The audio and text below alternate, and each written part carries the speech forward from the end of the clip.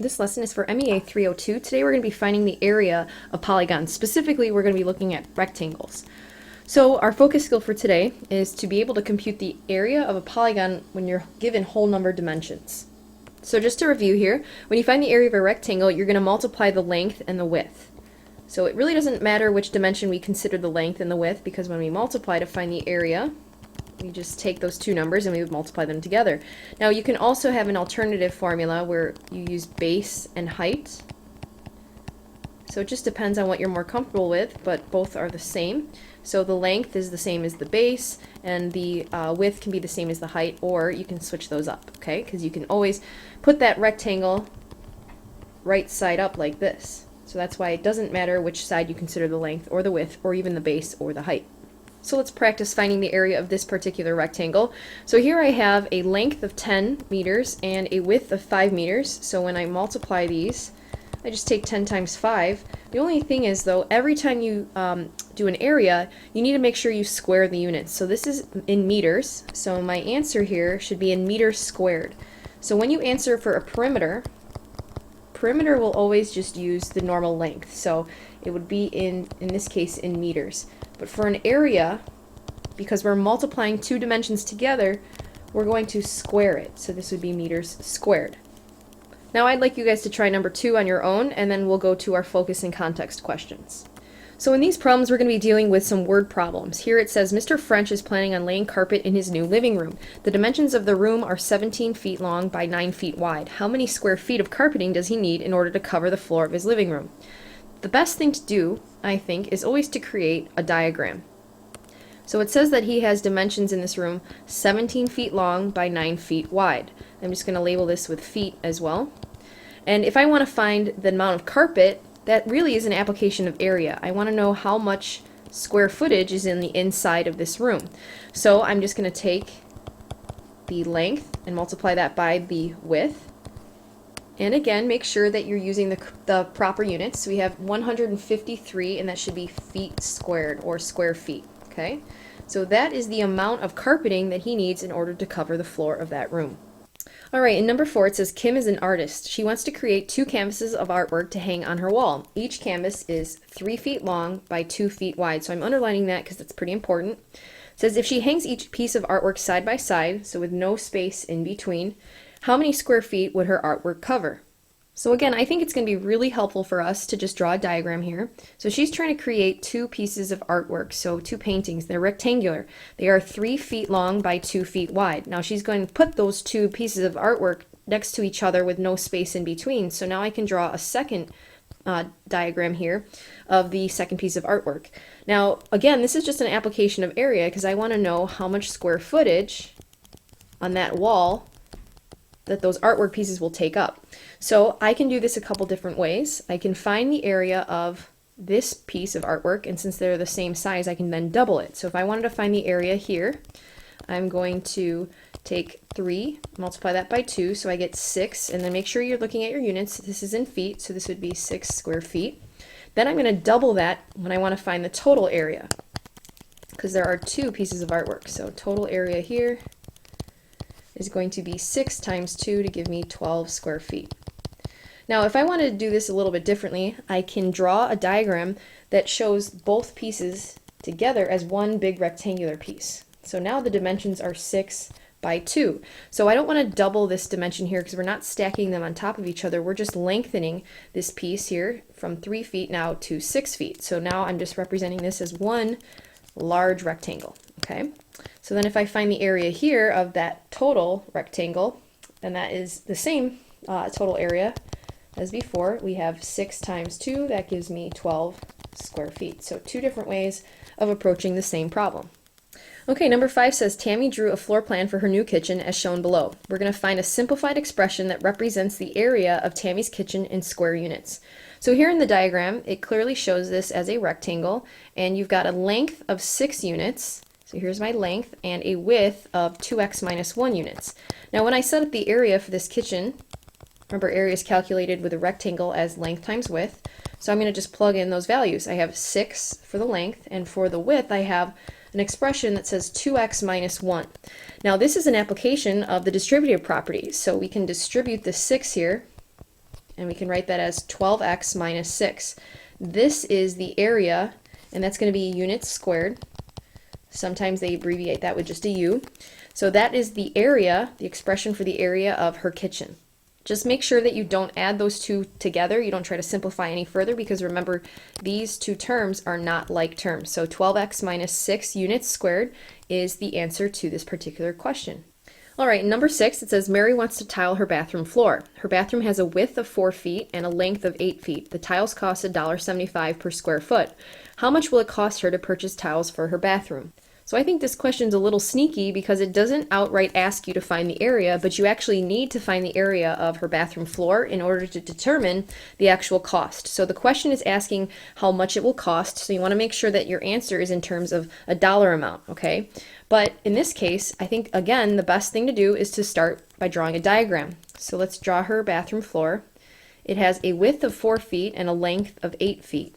So if I were to calculate the entire square footage here, the area of this bathroom floor is 32 square feet. Now with that information, okay, I'm going to use the fact that tiles cost $1.75 per square feet. So she has to buy enough to cover the bathroom floor. Well, all we're going to do then to find the price that she has to pay, we're going to take the 32 square feet and we're going to multiply that by the price for tiling for each square foot. So 32 times $1.75, that's going to give me the total cost of her bathroom floor. So she picked some pretty cheap tile because it's only $56 to try to cover her bathroom floor with those particular tiles. Alright, I'd like you to pause the video now and try the You Try section problems on your own, and then come back and work on the extension problems. Alright, now our extension skill is involving the area of rectangles still. So in this first example here, it says the area of this rectangle is 104 square inches. Find the value of x. So rather than us finding the area, this time they actually give us the area. Now I can write an equation here that relates the 104 to the given values that I have in my diagram. Now I know if I wanted to find the area of this rectangle, I need to multiply 8 times x, because that's the length times the width. So that length times width should give me the area.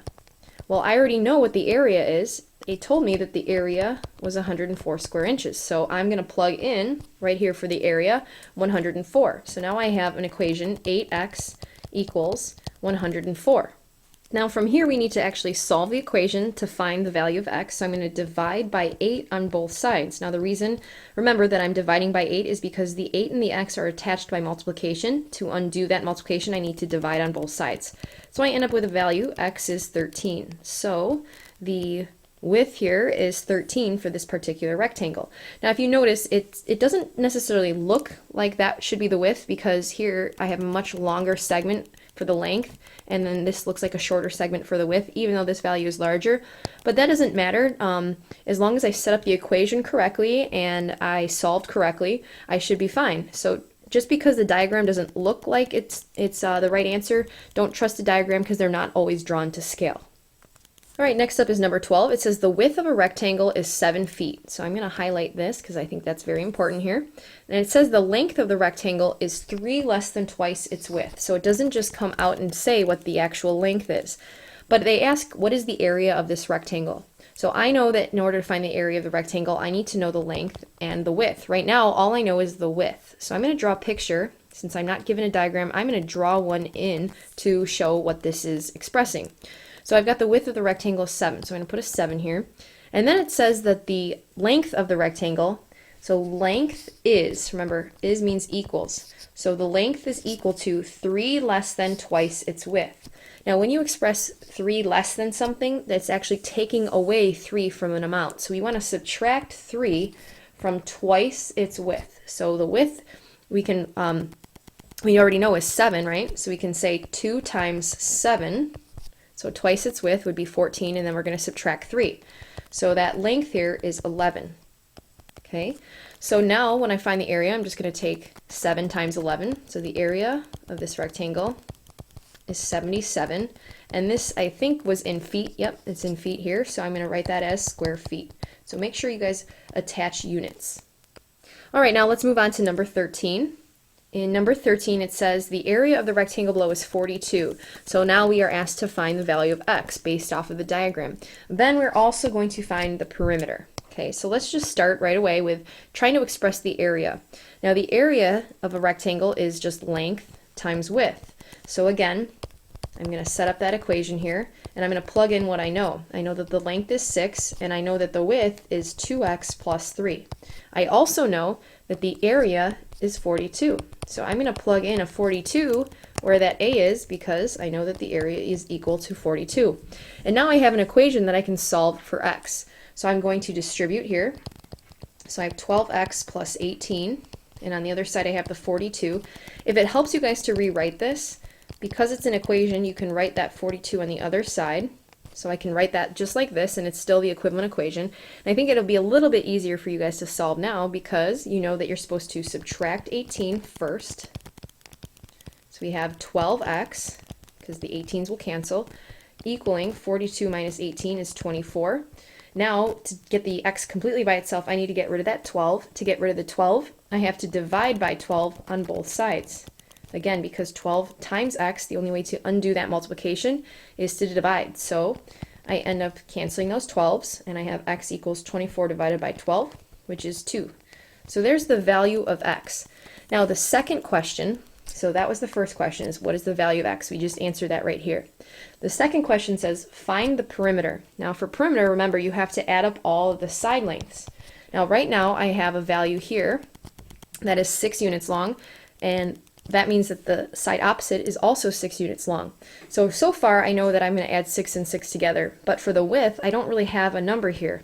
However, I just solved for x, right? I can plug x back in, so I actually find that width. So if I take 2 times 2 plus 3, I get this width here, which is now 7.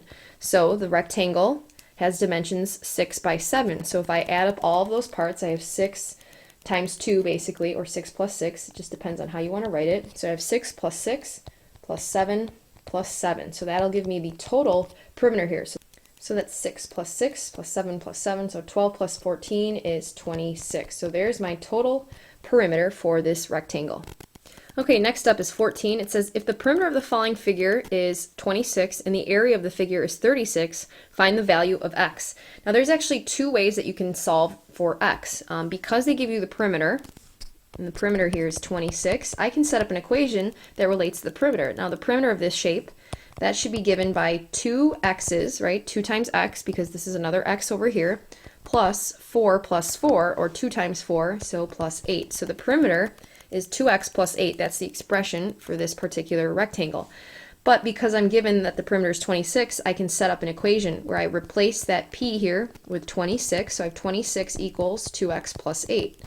So that's one way that I can actually solve here. So if I subtract now the 8, let me rewrite this actually so that the 26 is on the right hand side. So if I subtract the 8 first, now I'm left with 2x equaling 18. Then to undo the multiplication between the 2 and the x, I need to divide by 2. So I end up with x equaling 9. So that's the value of x if I set up the equation using the perimeter. Now I could have also set up another equation, and that was because I'm given that the area of the figure is 36. Now for the area of the figure, so if area is 36, we express the area by the length times the width. Now the length here is x units long and the width is 4 units long. So I'm going to take the x and multiply it by 4, which is the same as 4x. Okay, so let's write it as 4x instead of x times 4. Now I'm going to make the substitution here because I'm given that the area is 36. I can plug that in for the area right here. So now I have an equation, 36 equals 4x. That's actually really easy to solve. Right? 4x equals 36. To divide, to get the x alone, you need to undo the multiplication. So you're going to divide by 4, and we end up with x equaling 9. So we get the exact same answer here for the value of x, whichever way we want to do it. So we can set up the equation for the perimeter, or we can set up the equation for the area. All right, last but not least, we have number 15 here, which says that you are given the values for the variables x and y. So x is equal to 11 and y is equal to 5, and we're supposed to find the area of this particular rectangle. So what I want to do, it's pretty simple and straightforward. I'm just going to plug x in, and I'm going to plug y in so that I can find this side length here. So if I plug that in, the length is going to be 2 times 11 plus 5. Now that total is 27. So that's the length of that rectangle. Now I need to do the same thing to find the width. I'm going to plug in x equals 11 here, and I'm going to plug in y equals 5. So I'm evaluating here 11 minus 5, which gives me 6. So now the dimensions of this particular rectangle, let's just redraw it here, has a length of 27 and a width of 6. And so to find the total area here, I want to multiply length times width, so 27 times 6, and that's going to give me a total of 162. Now in this case they don't give me a unit, so I'm just going to write units squared instead of writing feet or something, because they don't tell me that it's feet, so I just like to attach a u squared, just so whatever the unit is, I know that it's in square units. Alrighty guys, that is the end of the lesson, so you guys can go ahead and try the you try portion now. Make sure you get those checked off, and then you can start working on your skill sheets.